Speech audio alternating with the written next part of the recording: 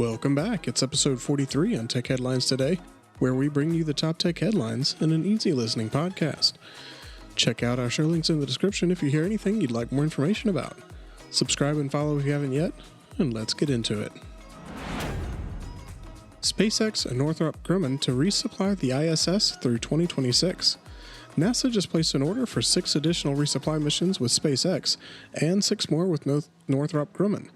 NASA awarded CRS-2 contracts to SpaceX, Northrop, and Sierra Nevada Corporation. The maximum potential value of these 3 contracts is $14 billion. The number of supply missions ordered by NASA under CRS-2 has increased to 32 missions, with 14 to Northrop, 15 to SpaceX, and 3 to Sierra. SpaceX is very familiar with these flights. The company completed 20 supply missions under a previous CRS contract. The total payment to SpaceX for those missions was $3.04 billion, or around $152 million per mission. SpaceX delivers supplies and crew to the ISS using its cargo Dragon spacecraft and Falcon 9 rocket. As far as China is concerned, Keanu Reeves no longer exists. The Chinese authorities have seemingly removed content starring Keanu Reeves from servers across the country after he decided to virtually attend a concert organized by Tibet House US. The Chinese government has removed at least 19 movies from the streaming platforms and removed the actor's name from search engines, preventing any access to his work.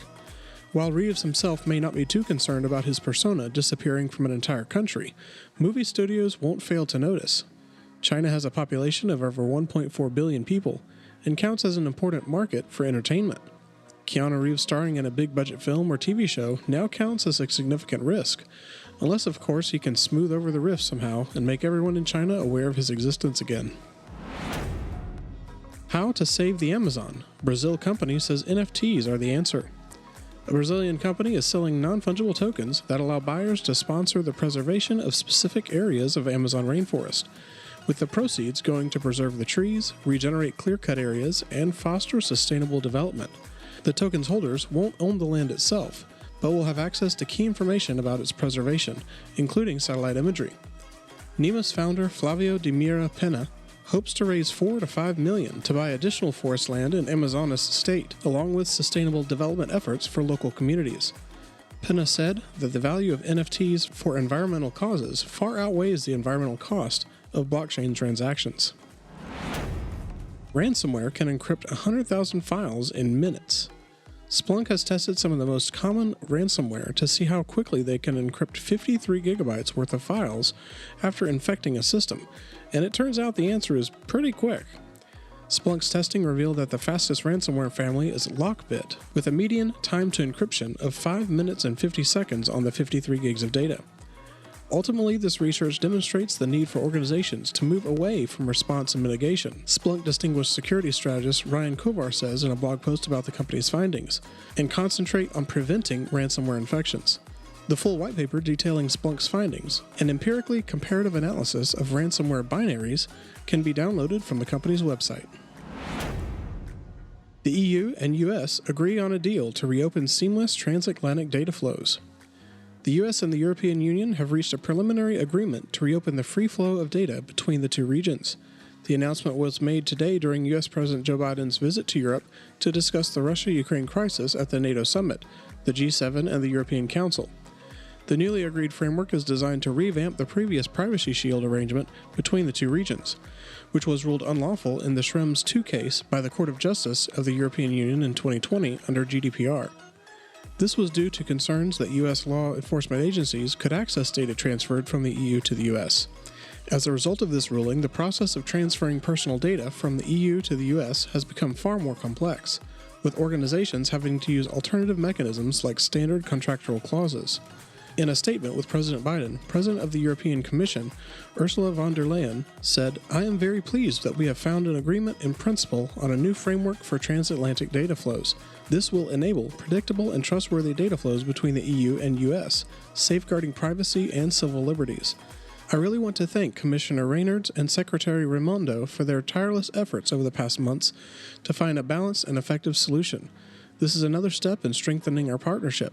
We managed to balance security and the right to privacy and data protection." FCC warns that Kaspersky poses national security risk. The FCC has added Kaspersky, China Mobile, and China Telecom to the list of companies affected by the Secure and Trusted Communication Networks Act of 2019.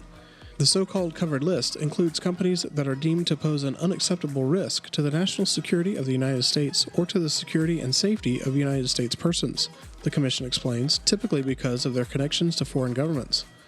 The FCC says it added Kaspersky to the covered list because the Department of Homeland Security had banned Kaspersky's security products.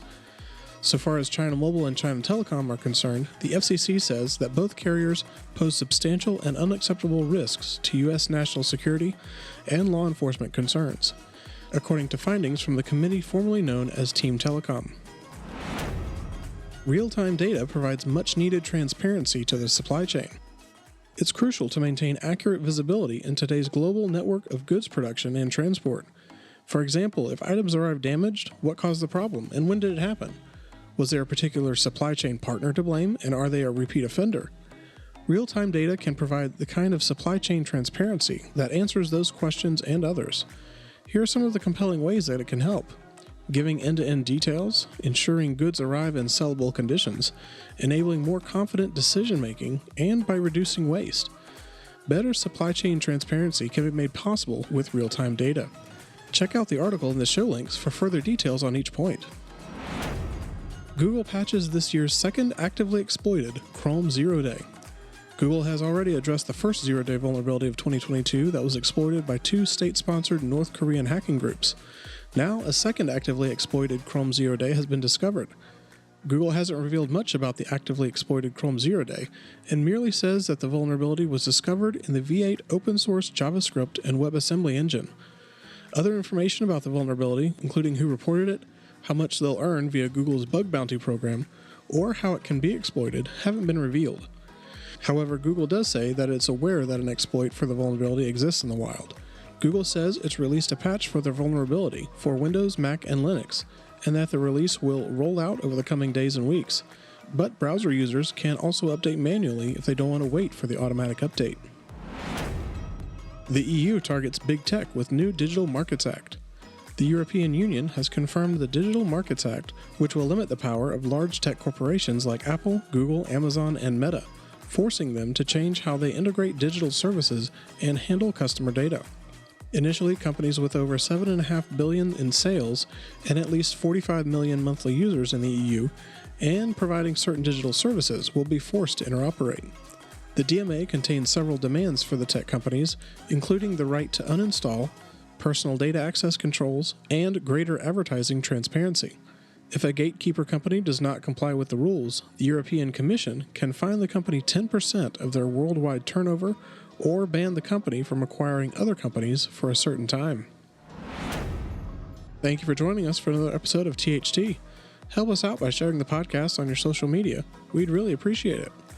Check out the show links for additional information on any of the topics that we covered today. Subscribe, follow, do all the things, and we'll see you tomorrow.